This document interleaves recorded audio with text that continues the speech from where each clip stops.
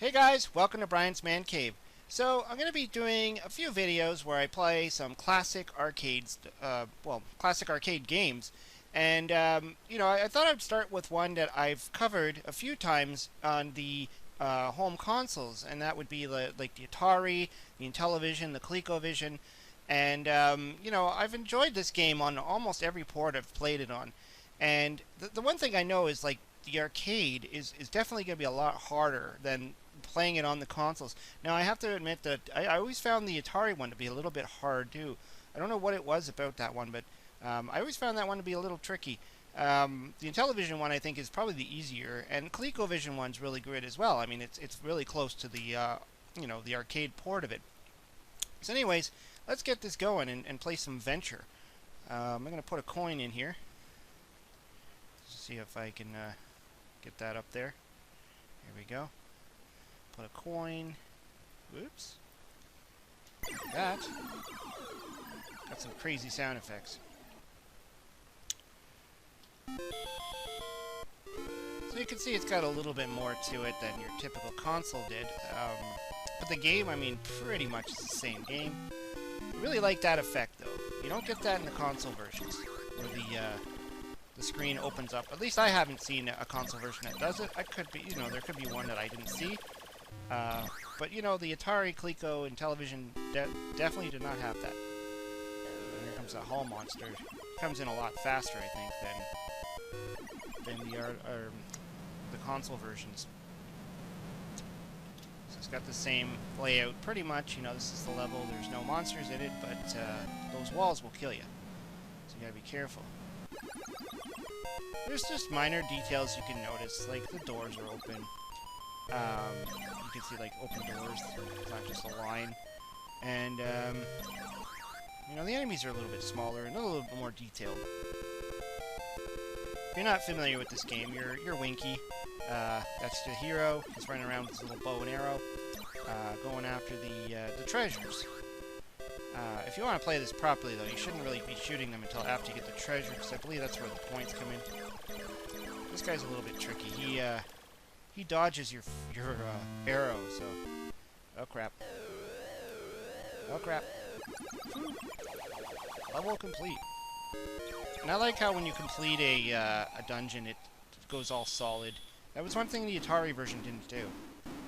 So if you forgot that you completed that dungeon, you might try and go back into it again and waste some time.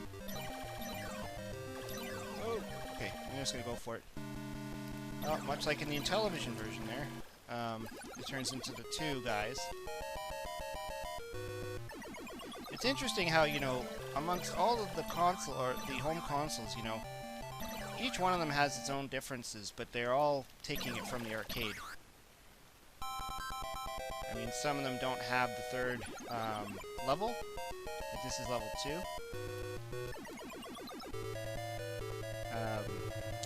I know the Atari doesn't have the Atari 2600 version doesn't have the other level. I don't know if there's an 8-bit Atari version of this game. If there is, I haven't played it. I don't think it appeared on the Atari 5200 either. I mean, I could be wrong, but from what I know, oh, geez, that's hard. I should have gone around.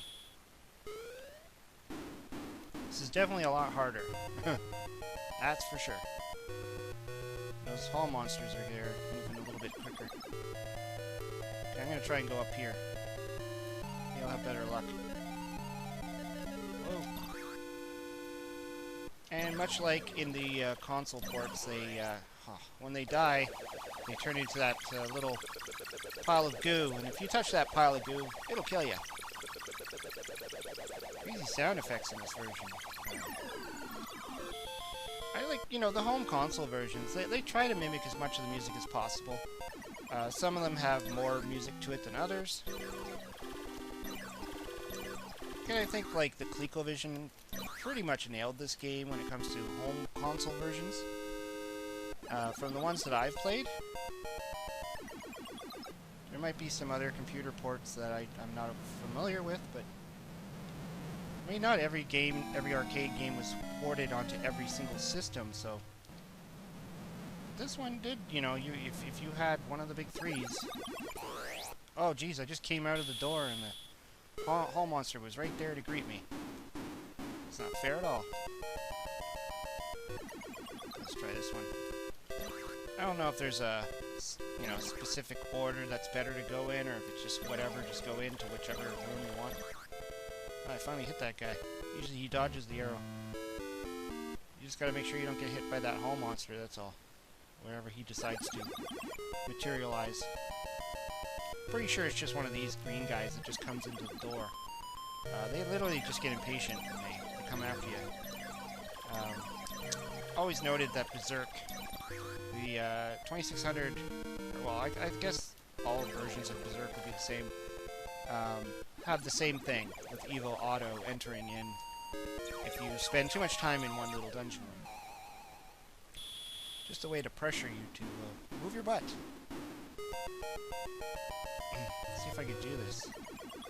I'm definitely finding this one to be a lot more challenging. And that's to be expected because, you know, when they made these, when they made these games, they wanted your quarters. That's why they made them. They wanted to munch quarters. And so, they made them hard. They weren't going to make them easy for you. And you gotta think, like, oh, again, right out of the door. You gotta think, like, games like this. Well, this one had quite a few, you know, dungeons and levels to experiment around in and, you know, try and get to. But there's other games like, say, Pac-Man had one board, or Space Invaders, one board. So, I mean, it was all about the score. And, but things like this, they really wanted you to give you the challenge and not just be like, okay, I played it and I passed it right away. No more quarters for you.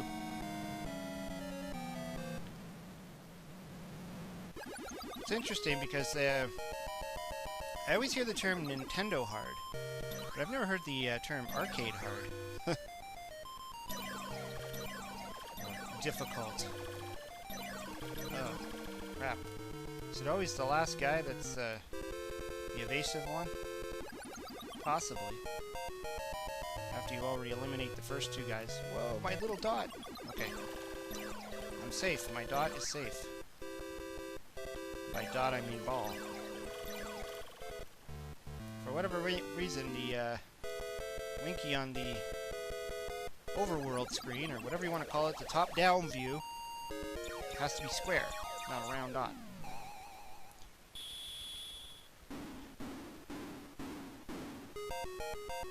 But that was fine. That was perfect for systems like the Atari, which, you know, loved having their characters dots.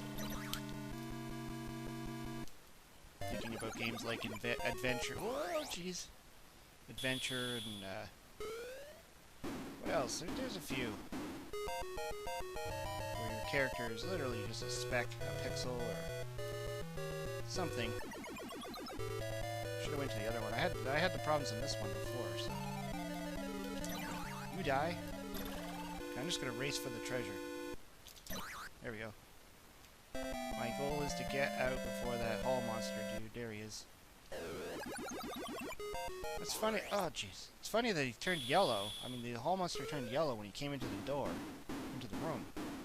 But they're red on the overworld screen. Okay, let's check this level out. I don't think I've been in here yet. Oh, this one. They don't appear until you get the treasure.